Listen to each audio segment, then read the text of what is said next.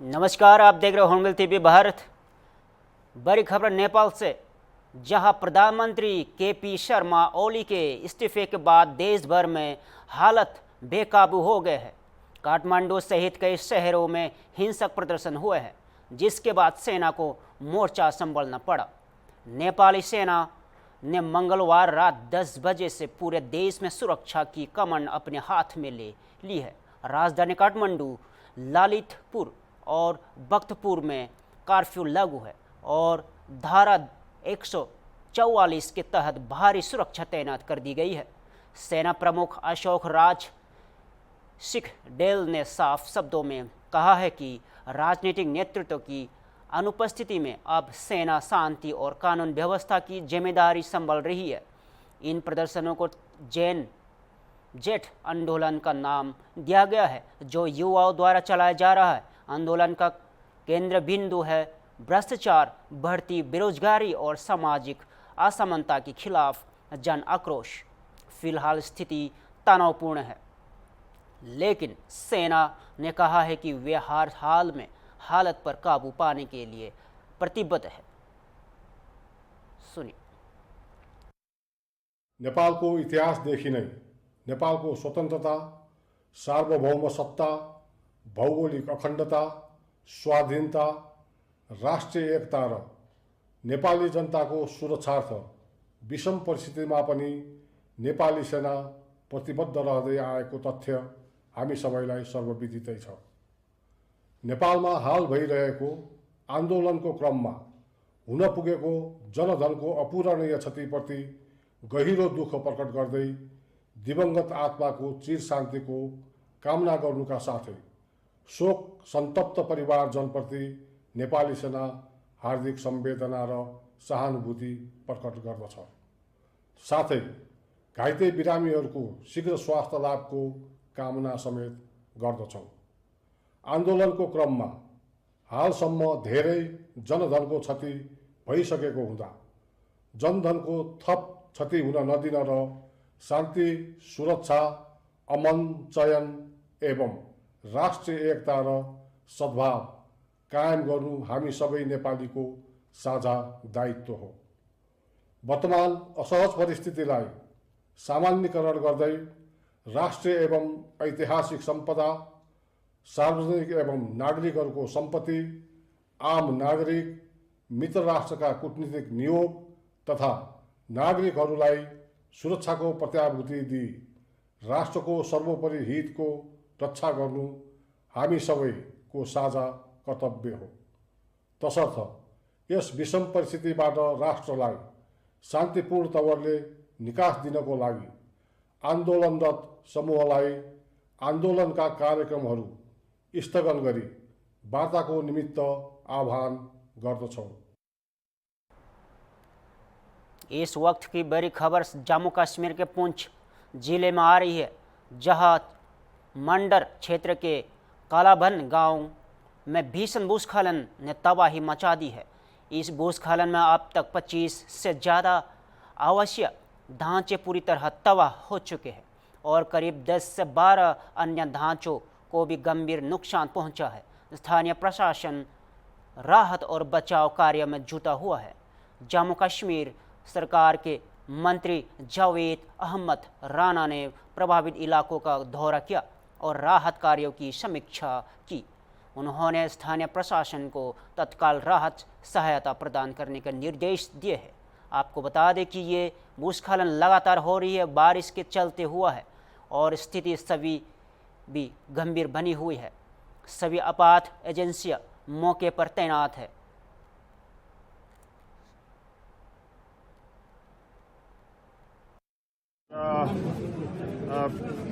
रात को ही मैंने सुना कि एरिया इसमें काफ़ी घर जो हैं वो इसकी जद में आ गए हैं, लैंडस्लाइड की जद में। कोई 25 के करीब घर जो हैं वो कम्प्लीटली डैमेज हैं और बाकी जो 15-20 के करीब घर हैं वो उसी जद में हैं। मतलब अभी वो क्रैक्स वगैरह आ गए हैं उसमें, लेकिन वो अनसेफ पूरा एरिया हो गया है और ये आधे से ज़्यादा गांव जो है वो इसकी जद में आ चुका है। अब इसके लिए यहाँ सरकार की तरफ से जो इंस्ट्रक्शन दे रही थी लोकल एडमिनिस्ट्रेशन को, वो कन्वे कर दी गई है। इन लोगों का मुतासरीन जो है उनकी जो टेम्परेरी सेटलमेंट के लिए, उनके रिलीफ के लिए, उनके अकोमोडेशन के लिए लोकल एडमिनिस्ट्रेशन को कन्वे कर दिया गया है। और इनकी परमानेंट सेटलमेंट, यहाँ 3 स्कूल जो है डैमेज हुए हैं, यहाँ पूरा गांव जो है, वहाँ जिस गांव में 3 स्कूल थे तो अब जाहिर है कि उसमें बड़ी पॉपुलेशन थी, 500-700 के करीब जो है आदमी मुतासर हुआ है। तो लिहाजा एक नई सेटलमेंट के लिए, परमानेंट सेटलमेंट के लिए एक लोकल एडमिनिस्ट्रेशन को कन्वे कर दिया गया है कि एक प्रपोजल सरकार के पास लाएंगे और बहुत जल्द इंशाअल्लाह ताला हम इनकी रीसेटलमेंट करेंगे, लोगों को बैठाएंगे। इस जगह की डेवलपमेंट के लिए, इसकी जो डैमेज हुआ है, इसके लिए मैंने अपने जो मेरे डिपार्टमेंट है, फॉरेस्ट डिपार्टमेंट है, आरडीडी है और जो ये फ्लड कंट्रोल डिपार्टमेंट है, उसकी तरफ से ऑलरेडी यहाँ एक प्रपोजल बन रहा है। और मैंने ये कह दिया है लोगों को कि ये जितना भी डैमेज है और जितनी भी ये नुकसान हुआ है, इसकी भरपाई सरकार इंशाल्लाह खुद करेगी। आपको जो एक्स ग्रेशिया रिलीफ है वो जल्दी मिलेगी। उसके लिए एसडीएम साहब ने जो इनके अकाउंट्स वगैरह मांग लिए हैं और जो सीएम रिलीफ फंड से जो पैसा आना है, जब फाइलें जाएंगी वो भी आएगा।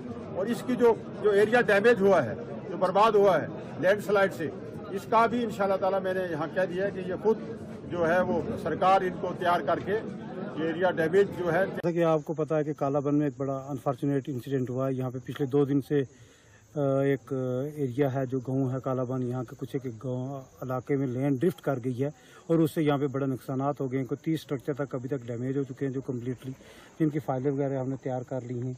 अभी भी आप यहाँ पे आवाज़ें से सुन रहे हो कि जो स्ट्रक्चर वगैरह डैमेज हो रहे हैं, क्योंकि ये ड्रिफ्ट जो है ये कंटिन्यूसली चल रही है। इसमें एडमिनिस्ट्रेशन के नोटिस में जैसे ही आया तो हमने यहाँ पे अपना रेवेन्यू का जो भी अमला था या फील्ड की जितनी भी एजेंसी थी, चाहे वो रेवेन्यू थी, चाहे आरडीडी थी, चाहे अपने फूड एंड सप्लाईज थी, पीडब्ल्यूडी, पीएमजीएसवाई, पीएचई, सभी ने मिलकर यहाँ पे काम किया ताकि लोगों का नुकसान ना हो, लोगों का कोई किस्म का जानी नुकसान ना हो। और उसमें काफ़ी हद तक हमने कोशिश की और अच्छा नतीजा रहा और लोगों से बड़ा अच्छा हमें कोऑपरेशन रहा।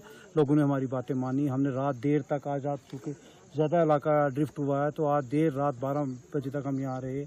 हमारी एजेंसीज हमने इनके साथ रखी, पुलिस, एसडीआरएफ, रेवेन्यू के सारे मिल के हमने रात को रखा और कोई ऐसा नुकसान हमारा नहीं हुआ। नेपाल में लगातार बिगड़ते हालत को लेकर भारत में भी चिंता जताई जा रही है। पूर्व भारतीय राजनयिक सुखदेव मनी ने मंगलवार को नेपाल की स्थिति को अराजकतापूर्ण बताया है। सुखदेव मनी ने कहा है कि नेपाल में पूरी सरकार गिर चुकी है और राजधानी काठमांडू समेत कई शहर हिंसक विरोधों की चपेट में है।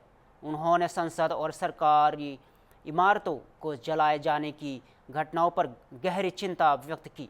पूर्व राजनयिक ने यह भी कहा है कि प्रधानमंत्री केपी शर्मा ओली के इस्तीफे के बाद काठमांडू के मेयर बलेन्द्र शाह बलेन को अंतरिम प्रबंधन में शामिल होने के लिए कहा जा रहा है, लेकिन यह रास्ता भी आसान नहीं है।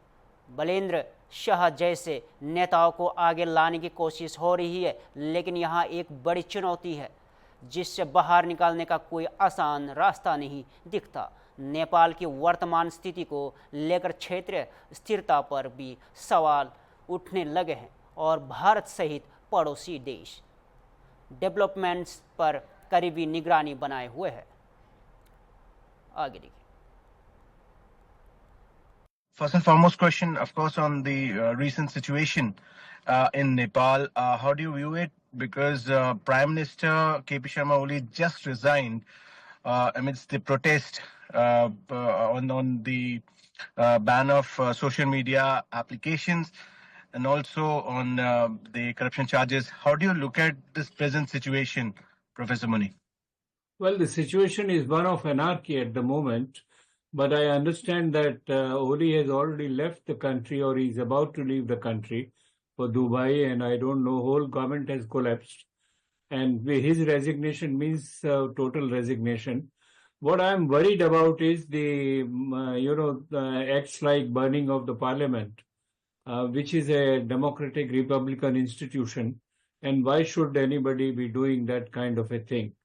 I also heard that Balan Shah is being asked to join the interim arrangement and to hold elections. Well, Balan Shah has an independent position, opinion, image, and he has been raising voice against corruption and inefficiency for a long time. So though his name is linked to Shah, which is, the ruling family there, but I hope that he is not a royalist to that extent, and he probably would try and put things together. But it's a major challenge. It's not an easy way out. And I think even for Balan, it may not be easier. The kind of crores of property has been destroyed, not only personal, even president's parental house has been burnt, I am told. Prime Minister's house has been burnt. I understand there was some attack on Devba's house also. All kind of things are there, which is being very violent. And I think he may have to use army to quell, and army has issued recently an appeal from various secretaries and various police force chiefs and army chiefs locally that people should keep quiet. So I hope it makes some effect and some order comes back in Kathmandu. And once it comes back in Kathmandu, I think in other areas also there should be some sanity. Professor Mani, what are the reasons you believe behind these protests? What are the main reasons it could be for these protests? Well, the protest main reason is disenchantment totally with the leadership, not with the democratic system. There is often a confusion because in between the royalists have started asserting themselves, and the king had a lot of demonstrations. There were demonstrations in favor of bringing back monarchy. There are still some people who say bring back monarchy, that can do it. So there was this kind of a thing, but the general disenchantment is with the leadership, and they find that particularly these three leaders of Nepali Congress, Mr. Devba, Maoist Party, Mr. Prachand, and the UML, Mr. Oli. They are suppressing opposition, they are highly corrupt, they are inefficient, they have not delivered good governance in all these 10-15 years, which has blemished the name of Republican system as it is. So I think that was the main reason why, and even yesterday, though the protest was triggered by the social media banning or blockade, but actually it was a protest. Social media was if I say it was a pretext, it was a trigger. But the real assertion was on removing corrupt leadership and bringing in the new leadership. So I hope that if there is a stable arrangement, we can look forward to some of the constructive developments take place without changing the Republican system. Rajasthan के विधानसभा से आज जबरदस्त हंगामे और विरोध के बीच एक अहम विधेयक पारित हो गया है। राजस्थान की विरोध धर्म संपरिवर्तन प्रतिषेध विधेयक मंगलवार को विधानसभा के पास हो गया, जहां एक और सत्तारूढ़ बसपा विधायकों ने विधेयक का समर्थन किया, वहीं कांग्रेस ने बहस का बहिष्कार किया और पूरे सत्र के दौरान हंगामा करती रही। यही विधेयक समय की मांग है, जबरन धर्मांतरण रोकने जरूरी है। विधेयक पर जवाब देते हुए गृह राज्य मंत्री जवाहर सिंह बेदम ने कहा कि भारत का संविधान धार्मिक स्वतंत्रता देता है, लेकिन जबरन धर्मांतरण की इजाज़त नहीं देता।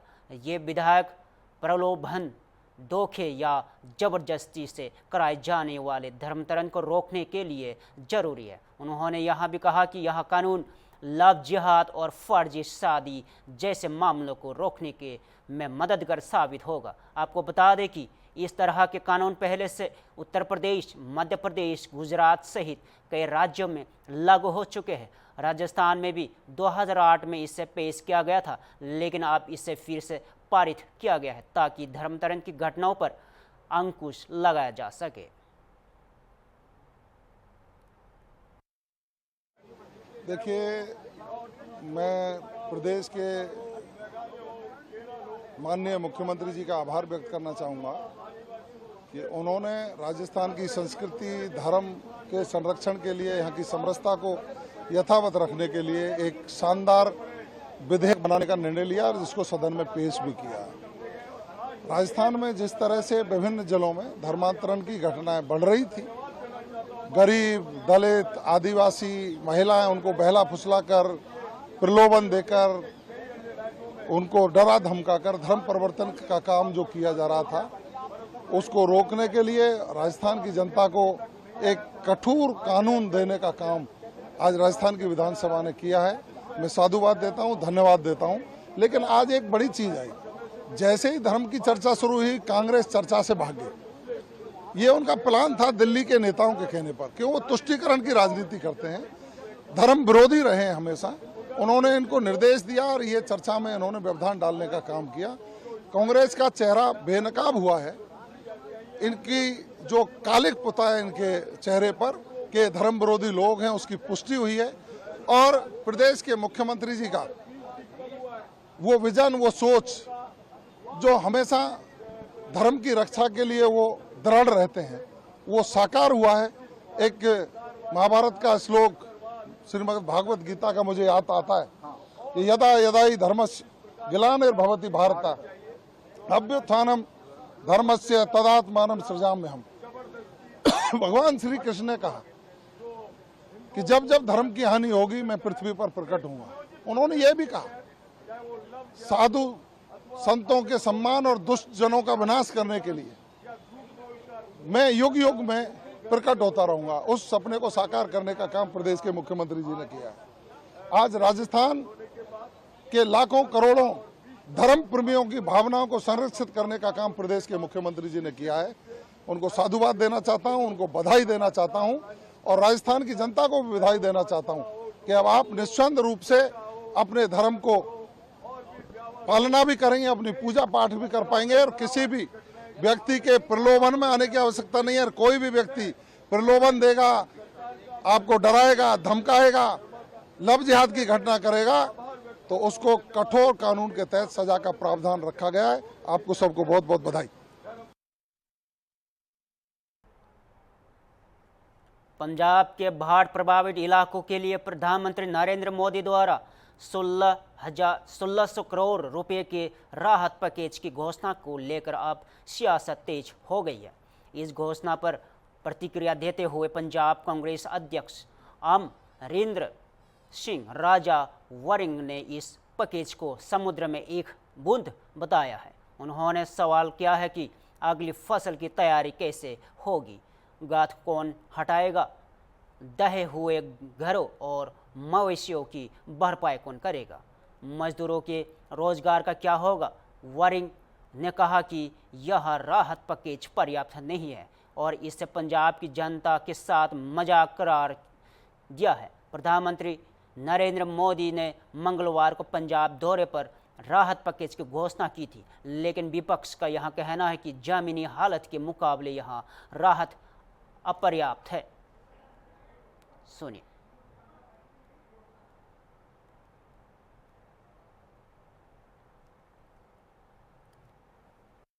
बात हुई कि ऊंट के मुंह में जीरा, तबाही होगी। 4.5 लाख एकड़ चली गई हमारी जमीन, 2.5 लाख से ऊपर हमारे पशु प्रभावित हुए, कमरे गिर गए, घर गिर गए, लोग मर गए, घरों में पानी चला गया, बहुत भारी नुकसान हुआ है। अभी सिल्ट चली गई खेतों के अंदर, तो 1600 करोड़ से कुछ नहीं होगा। अभी तो पता चलेगा 1600 करोड़ का ऐलान किया है, आपने काय के लिए पैसा दिया है।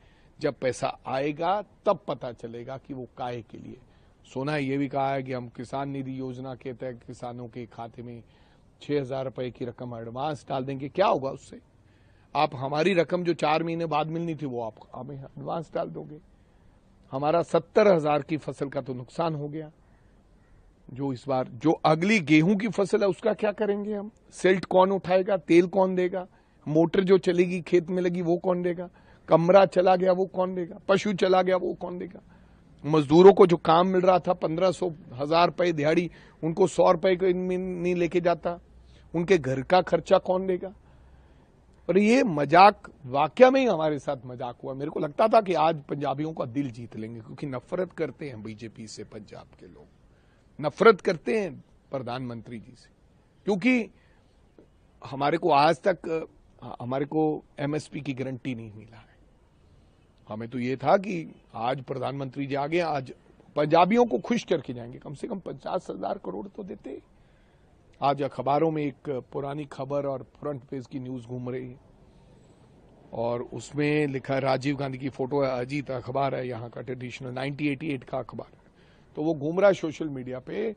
1 अरब का मदद उस समय 1988 में राजीव गांधी ने की थी, तब कोई सरकार नहीं थी, तो मदद इसलिए की, और पानी भी इतना नहीं था। लोग बताते हैं कि 1988 से अब ज्यादा डबल पानी आया है।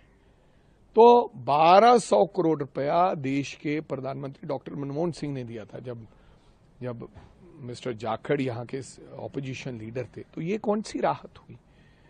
हेलीकॉप्टर से घूमो, 15 बंदों को मिलो, अपने ही लोगों के मिलके राहत घोषित कर दो। लोग ऐसे काम नहीं चलेगा। आप कहोगे कि एनवायरनमेंट की वजह से, आपकी माइनिंग की वजह से, तो आप क्या कर रहे थे? एनवायरनमेंट क्लियरेंस कौन देता है? केंद्र सरकार देती है। अगर आपके बिना पूछे माइनिंग क्लियरेंस के बिना हुई है तो पकड़िए, अगर क्लियरेंस ली है तो फिर आप जिम्मेदार है। 11 साल से क्यों नहीं देख रहे थे? आपको नजर क्यों नहीं आया पंजाब? मगर बड़िंग साहब, आपने भी के हालात जायजा लिया कुछ?